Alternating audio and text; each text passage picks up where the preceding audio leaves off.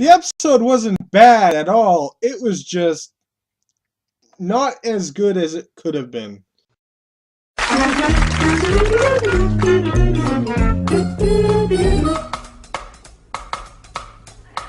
Pokemon! Pokemon! Pokemon!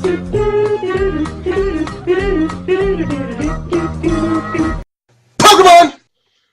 Hello everyone, I'm Dustin Benzel, and welcome to another Pokemon XY&Z anime discussion. So, as you notice, I've got my hair cut, I've shaved, and I'm also wearing this nice warm coat because winter is approaching. Winter is coming. Insert Sean. No, just kidding. So anyway, we're gonna discuss the Dream episode with Puny-chan, Darkrai, Pikachu, Meowth.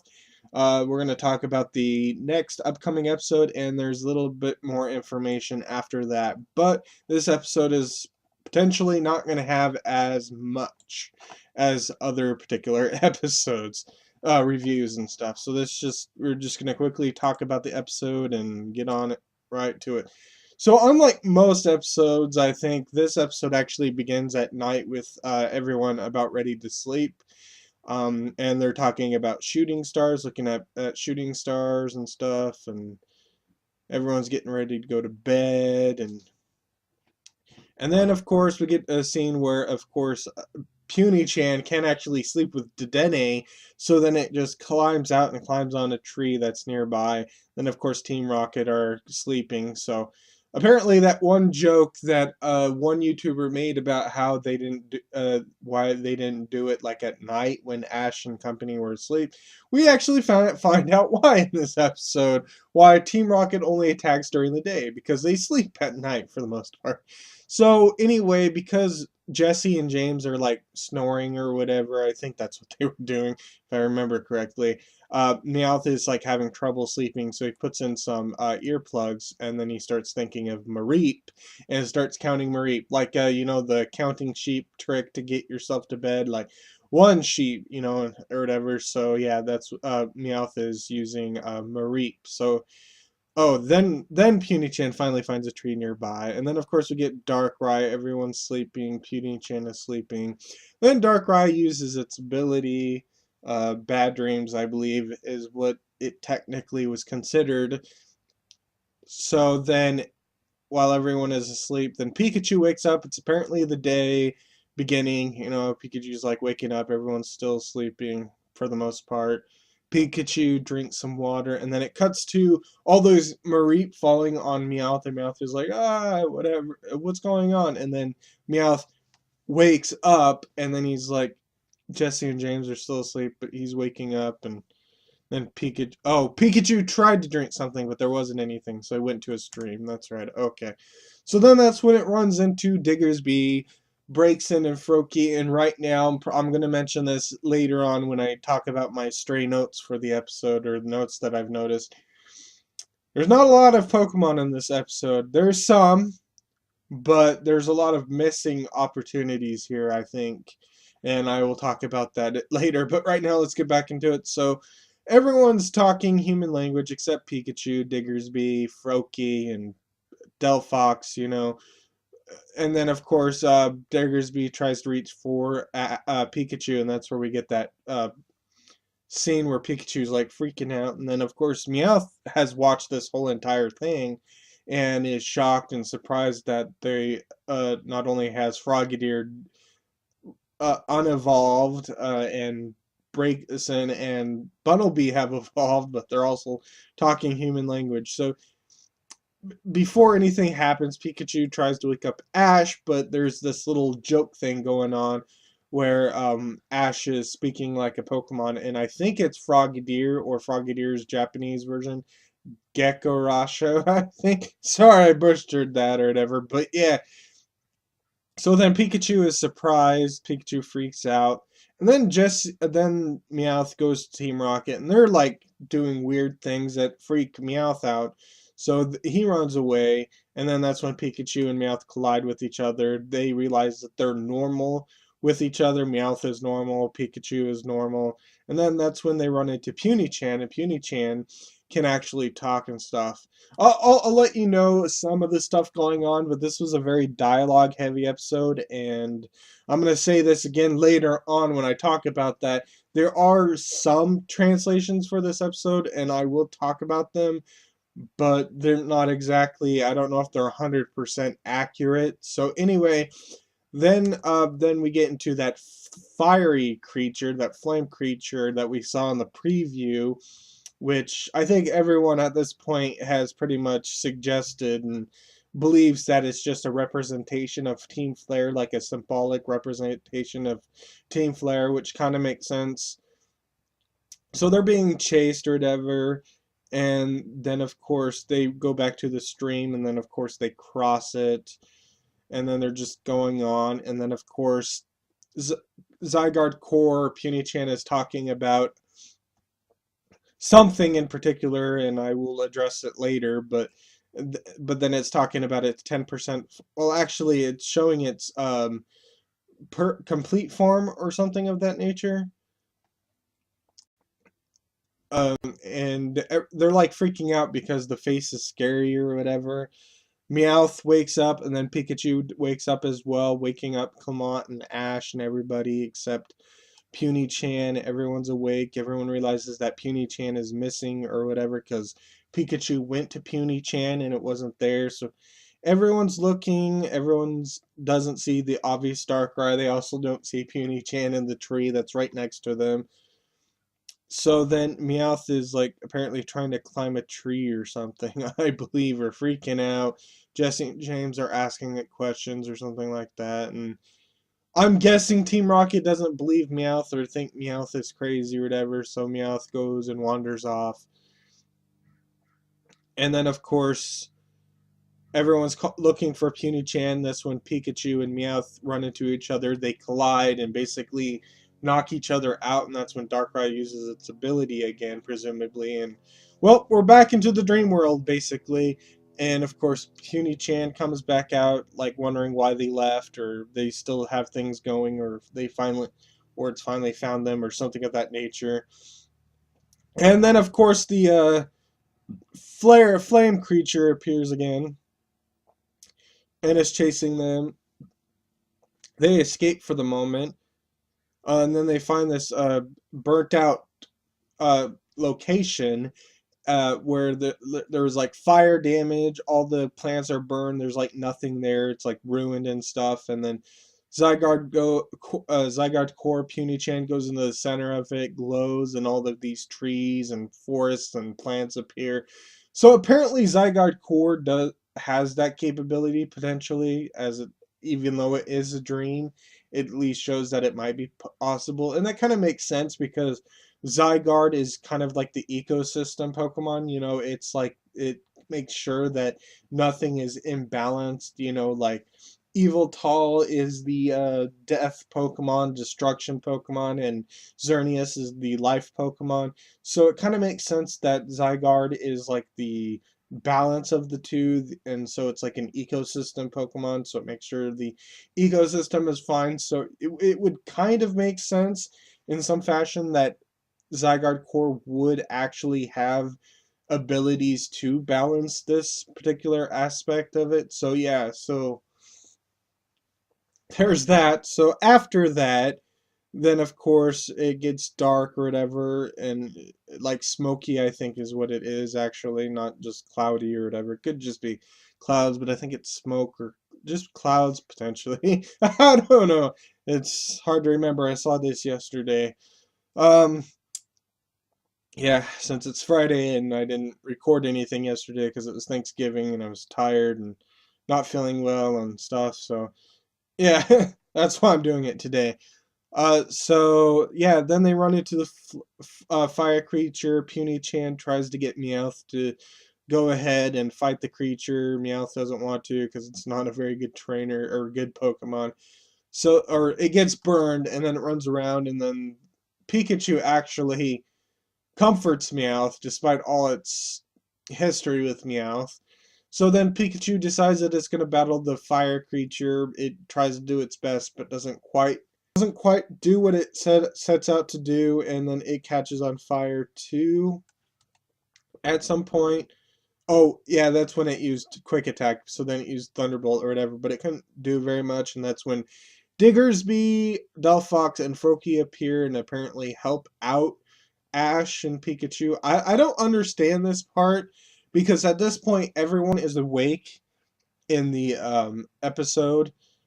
So it kind of doesn't really make any sense that Delphox, Diggersby, and Froakie just suddenly appear, unless it's just a continued representation of Darkrai or whatever, and these aren't actually those particular characters in their dream world or whatever. So it's possible that it's just an illusion. But anyway, the cool thing about here is that they actually call out their attacks, which is really cool. So Froakie calls out Water Pulse, Mizunu Hado, I believe. Mizuna Hado, something like that.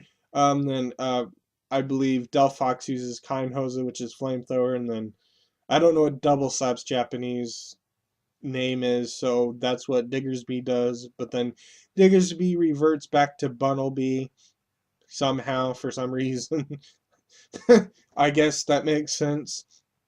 So then Chespin and Pancham appear, and this kind of makes sense, but I want to check something first when I get to that, and then I'll come back to why they're potentially back into the dream episode. But anyway, then Chespin and Pancham are arguing, fighting.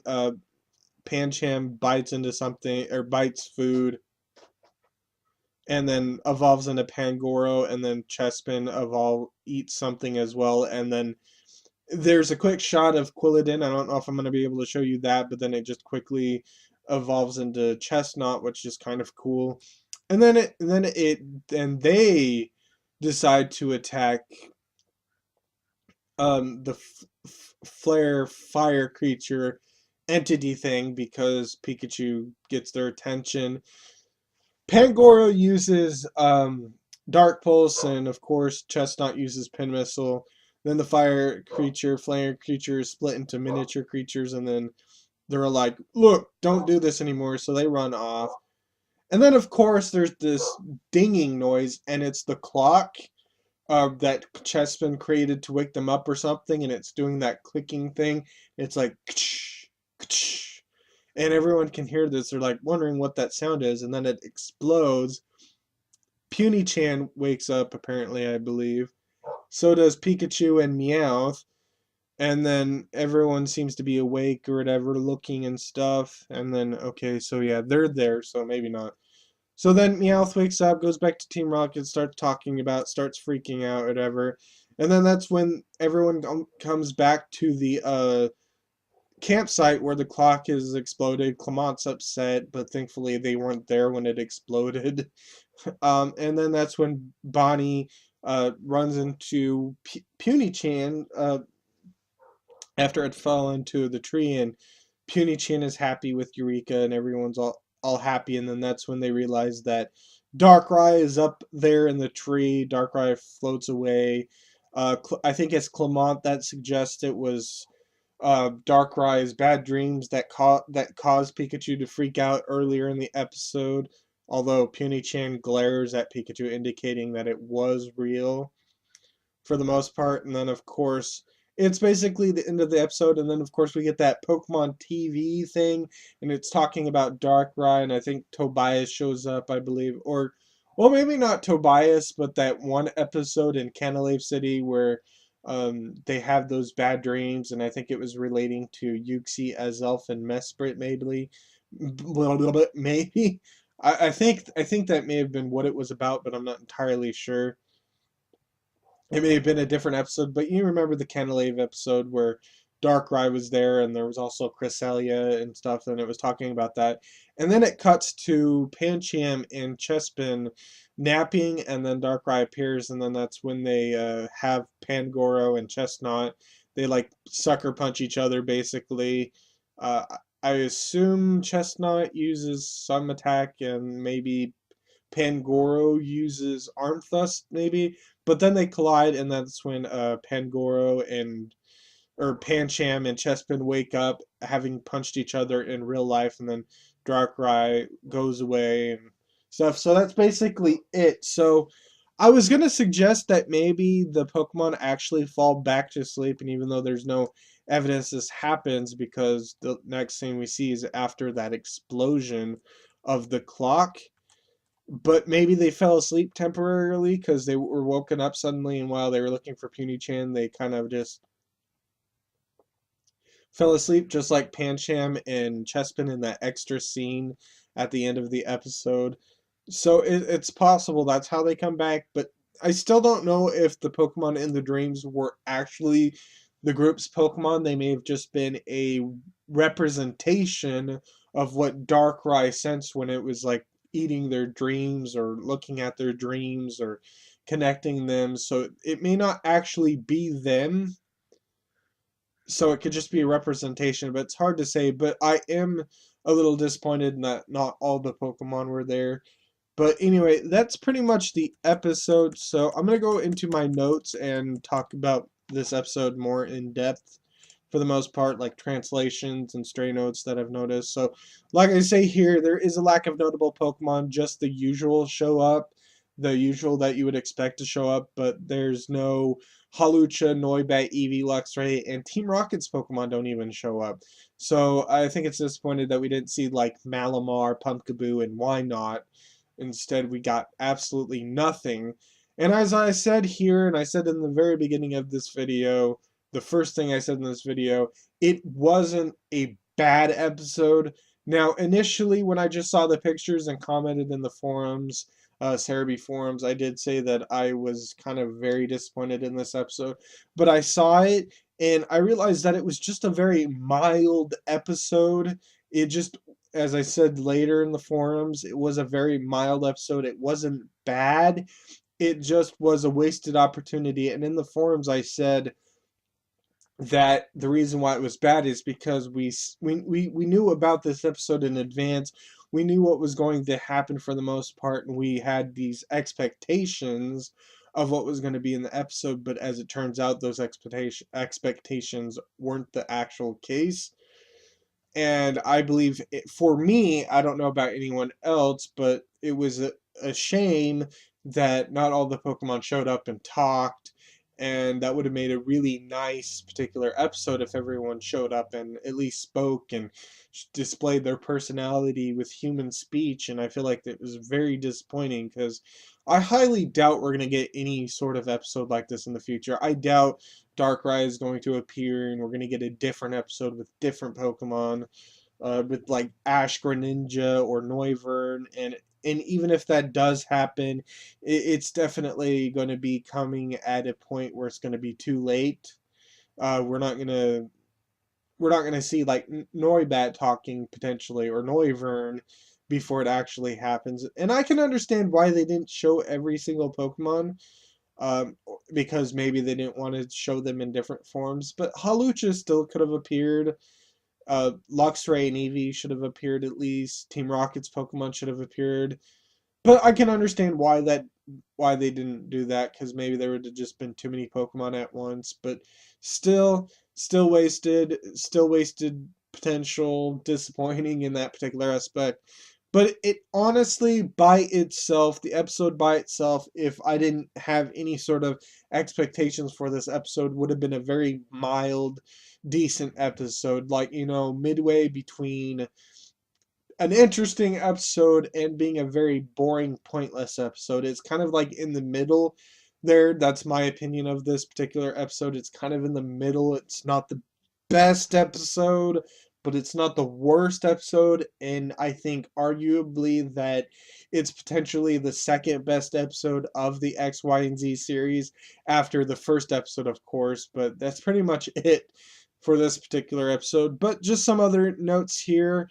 Nice Darkrai recognition from Ash. Ash recognized Darkrai immediately when they actually saw Darkrai, so it's nice that Ash recognizes Pokemon from past generations, even though it's been a long time. Although, was there a Darkrai episode in 5th gen? Not really sure, but I don't think so. I think Darkrai was last seen with Tobias, so it was great to see Ash uh, calling out Darkrai, mentioning Darkrai, and then of course we got the Pancham and Chespin rivalry going on, although that was primarily in the dream, so I don't know if it's as accurate. But anyway, here we go. Here's some things that I want to discuss real quick. So, um, here's an interesting. Oh yeah, hold on. Here are some notes from someone translated, not from an official sub or anything, just someone who apparently was able to translate it. And I don't know if these two notes that I'm going to mention and part of the third note is actually accurate to what happened in the episode, but I'm going to give this person the benefit of the doubt. But like I said, I don't know if these translations or whatever are entirely accurate. So as I say here, take it with a grain of salt about what I'm about to say, these couple of notes that I'm going to mention. And but if they're true, it does make the episode a little bit more interesting. And so the first note, of course, is this very apparently amusing, interesting scene with Meowth, Jesse, and James within the dream. And that's when this is the first time that Meowth tries to tell Jesse and James that the Pokemon have evolved or de-evolved and they're talking human language. And then when they wake up, Jesse says Sonasu and James says Micah, the Pokemon, and apparently that's a pun on their names. Wobbuffet, I believe, or Sonasu is like a pun of, I think that's true, or that's right, or something of that nature. And Micah is that's fine, or something like that, I believe. So what happens is they're just saying their names or whatever, and Meowth doesn't realize that they're talking about the Pokemon. They're not speaking in their Pokemon's language or whatever. So Meowth doesn't realize that or whatever. Meowth is like freaking out, or whatever. And then he's like says things, and then they keep saying the Japanese names of the Pokemon, and then that's when Meowth actually realizes, oh, something's wrong with Jesse and James, because all they're saying is Wobbuffet and Inkei's Japanese name. And they keep saying that phrase over and over again, even though it doesn't make any sense. So that's very similar to what happened with Pikachu and Ash earlier when it was like Froakie and Frogadier thing. Now, the translator said something about it being relating to Froakie and Karo because Froakie is Karamatsu.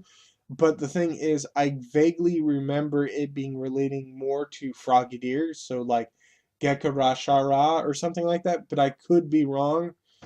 I didn't exactly pay much attention to that scene, so it could be a Froakie reference or a Frogadier reference, but it was definitely a frog-like thing or whatever, apparently, with the Karo potentially, if that was the case. So I'm not entirely sure. I don't really remember, but I could have swore it was more based off of Frogadier speech patterns than Froakie, but Ash had those eyes, and I'm pretty sure I showed you a picture, but here it is again in case I forget, which I probably won't.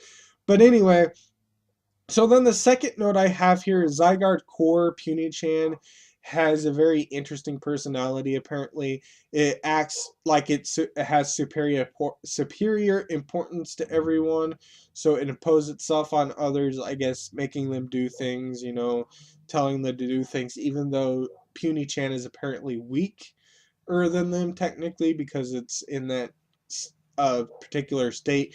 And I will address this in the following note. But anyway, and it also speaks with unfamiliarity, or it doesn't see them as very familiar or doesn't really acknowledge them. So Pikachu is the boy's Pikachu instead of Ash's Pikachu or Pikachu in of itself. And then Meowth is referred to Team Rocket's Meowth. So it's just, oh, you're that Pikachu or you're that Meowth, basically, rather than as if they actually know each other, which kind of makes sense with Meowth, since Meowth is Team Rocket's Meowth, basically, but not with Pikachu, so it's not like Puny-chan and Pikachu have any sort of relationship going on, or whatever. So, see, this is the weird thing about it. Puny-chan seems to definitely be the Puny-chan from the Out the World the Dream episode, within the episode, because of that glaring at the end with Puny-chan glaring at Pikachu, indicating that whatever happened in the dream was accurate and Pikachu should focus on it rather than Pikachu's belief that it was just Darkrai's bad dreams, which affected everything. So that's what kind of makes me wonder if the other Pokemon were actually in the dream world as they are, but it's kind of weird that they actually spoke or whatever. So it's really complicated, and that's really one of the confusing aspects of this episode. Outside of the Puny Chan in the dream world was the Puny Chan in the outside world, but every other Pokemon, I don't know. I don't know if the evolved Pokemon were just uh, a dream, kind of like Siegfried. No, not Siegfried.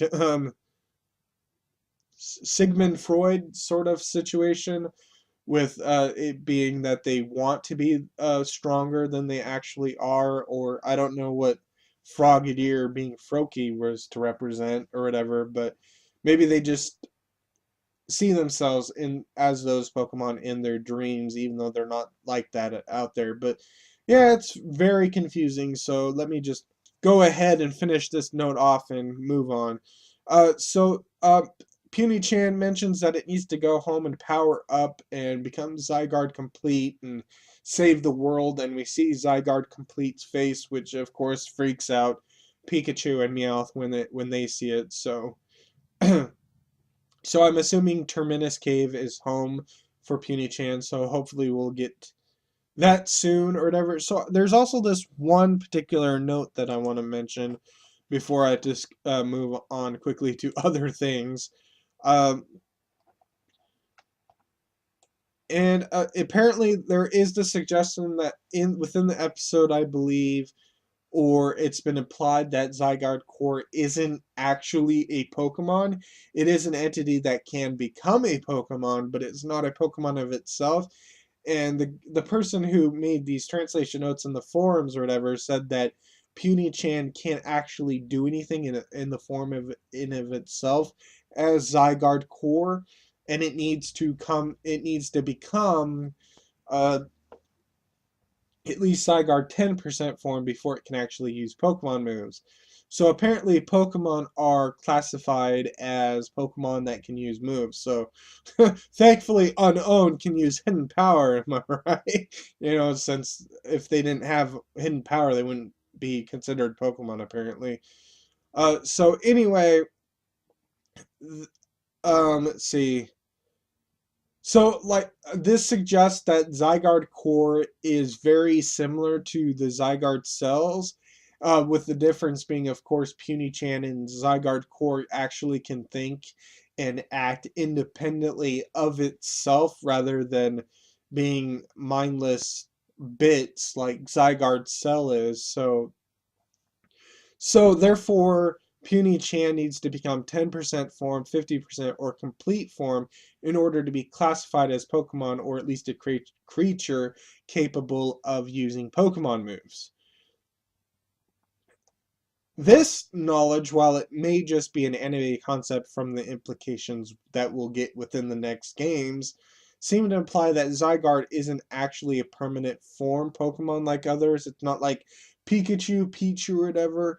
It seems that in order for it, it, it seems that based on the anime, that if it loses a lot of its energy fighting or whatever the circumstances may be, that regardless of its form complete 50 or 10% form, it will revert back into Zygarde core, which makes sense with the indication of the 10% form we saw in the first episode, and of course the potential 50% Zygarde that we know of might potentially become that blue Zygarde core.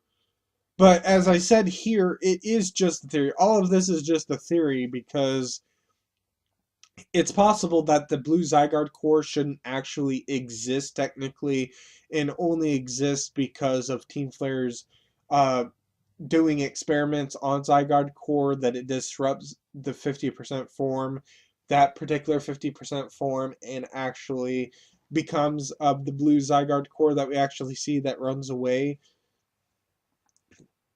So it wasn't meant to become a Zygarde core, but maybe it did because of these experiments or whatever. So maybe Zygarde 50% form is the usual permanent form, but I guess we don't know. And it's also possible that the blue Zygarde core and the red Puny-chan with Eureka and with Bonnie and the group is just separate entities from Zygarde 50% form. They can become 50% form, but there's a permanent 50% form all the time. So it's unknown for now exactly what the case is, but I actually wanted to bring it up here because of the translations within the episode and the implication that Puny-chan or Squishy or Zygarde Core isn't actually an official Pokemon because it can't use Pokemon moves or whatever, and it has to become a form. And from what we've seen, it seems like Zygarde Core is the basest form for Zygarde.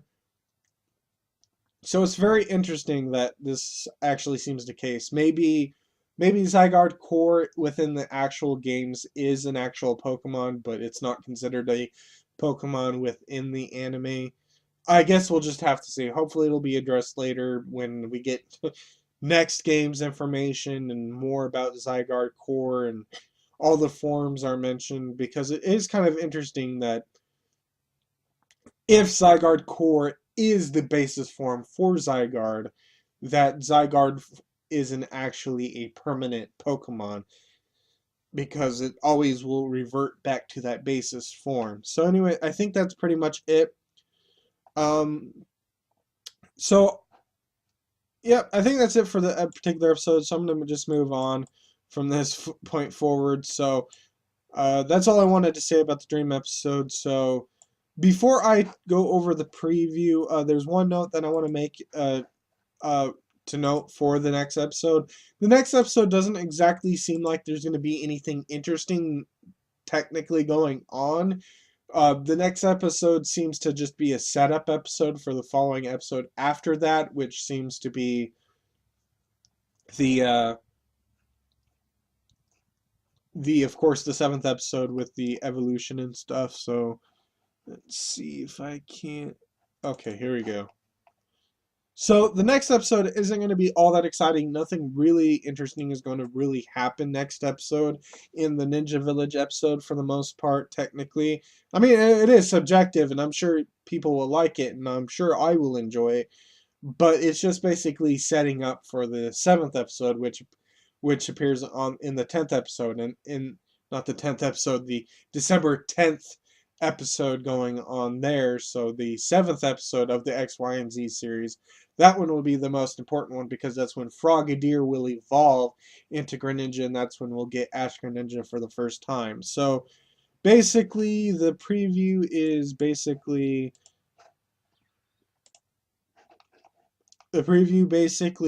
of course, we see Nihei. I don't remember what they said within the preview, but it's definitely a weird pronunciation. So I'm just going to go with Nihei, even though I'm wrong. So Nihei's Venusaur appears and seems to be battling against Sanpai's Greninja, which is kind of disappointing, and I'll explain why in just a moment.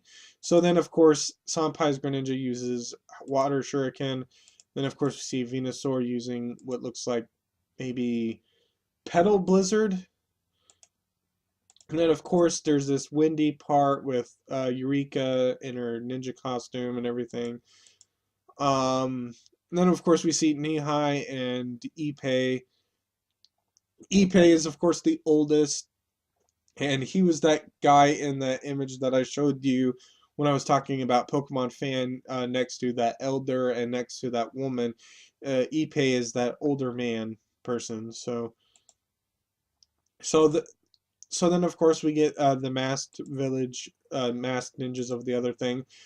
Kamakatago, or whatever the guy's name was that I can't remember, he's actually the Haxorus mask. I couldn't see the Haxorus mask, but the guy with the Weavile that I mentioned in Pokemon Fan, the head of the villainous ninja village or whatever, Kamitago or whatever. Sorry, I'm butchering that name, but he's actually the Haxorus. So yeah, the person you saw leading all of those people in that one image is actually with the Haxorus mask on, is in fact the leader. So it is actually a man, because I can see here, and while I think it's just Haxorus, he could have like a red beard or something. So Here's that, and then we see, of course, the Ninja Village Elder or whatever, and then we see all these ninja villagers, of course, and then we see Ippei opening a door, and of course we see Hero Greninja,